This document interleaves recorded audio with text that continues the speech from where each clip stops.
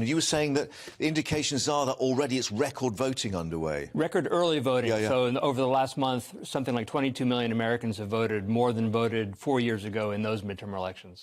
And what's driving people? Is it, as we heard with the Clinton days, the economy's stupid, or is it the fact, as Biden says, democracy may be at stake in many people's view? It's both, probably more the economy. In the most recent polls of the most important issues for Americans, it's inflation, the economy, crime, immigration. Those are all issues in which Republicans poll more strongly.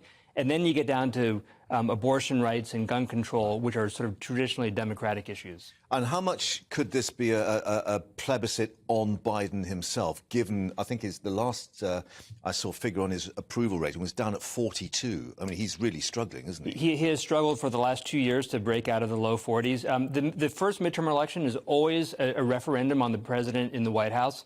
And I think this year will be no different. I think, it is a referendum on Joe Biden.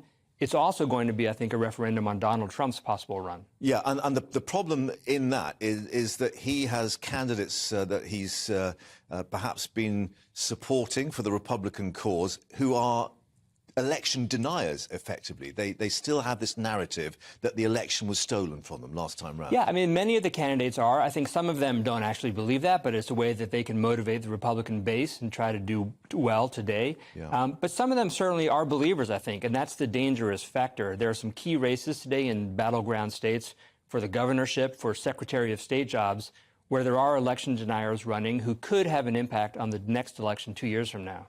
And is this a political battle in that sense, or is America now increasingly divided? It's both. I mean, it is a political battle, as it always is, but America is increasingly divided. People get their news from such different sources, and there's different realities. And there are Americans who believe that Donald Trump won the last election, and, of course, Americans who don't. And so the country is increasingly divided, and I think it's increasingly difficult to bridge that gap. Yeah. Now, as Catherine said in her report, both Obama and Clinton did really badly in the midterms, went on to win the presidential election, but we think it's very unlikely that Biden will run again. And we hear that there will be an announcement at Mar-a-Lago on Tuesday, we think. Do you believe that Trump will run again? I think Trump will announce again. I'm not sure he stays in the race for 2 years, right. But I think he'll announce and he'll get into the race. And as long as he's in the race, I think Joe Biden will be in the race, because Joe Biden believes he's the only Democrat who can beat Donald Trump. And he may be right about that. But at some point, I think between now and probably a year from now, I think Donald Trump drops out, and I think then Biden steps down. Right. So we would get that generational change for both Republicans and Democrats, but not until further down the line then? Yes. I mean, obviously, the leadership of both parties is quite old. Joe Biden is turning 80, I think, next week. Donald Trump is not far behind that.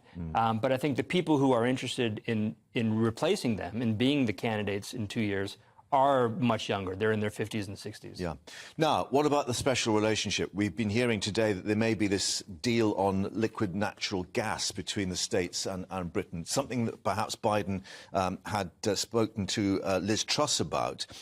Is it an indication, perhaps, that we still have those ties across the Atlantic, which have been suggested were, getting a bit frayed? Yeah, I mean, look, those ties have always been strong. They have remained strong. They tend to remain strong. It doesn't matter who's prime minister, who's president. The underlying cultural and economic and commercial ties are so strong between our countries that it takes a lot more than a change of leadership to really affect them. Yeah, and what about, as you say, that cultural issue with all the various conspiracy theories and the various news outlets who go different directions? I mean, is there still that cultural link between the two countries across the Atlantic? I think it's a very strong cultural links. I mean, Americans were very saddened by the passing of the Queen. Yes, I think there's huge interest in what happens here in the UK, and I think vice versa. The Brits are very, very interested in what's happening in America. Look at the coverage today of America's election. Yeah, and indeed we'll be following that. I think early hours of this morning UK time, we'll get those first results coming in. Tomorrow morning, yeah. And who comes in first? I'm just trying to remember who's well, the East Coast states, Virginia, Pennsylvania, some of those key states will come in first. We'll have to wait much longer for the West Coast, obviously. Yeah, and where do you think the main battleground will be? Pennsylvania, Georgia, Nevada, Arizona. OK, so mid-morning tomorrow maybe we'll get a clear indication.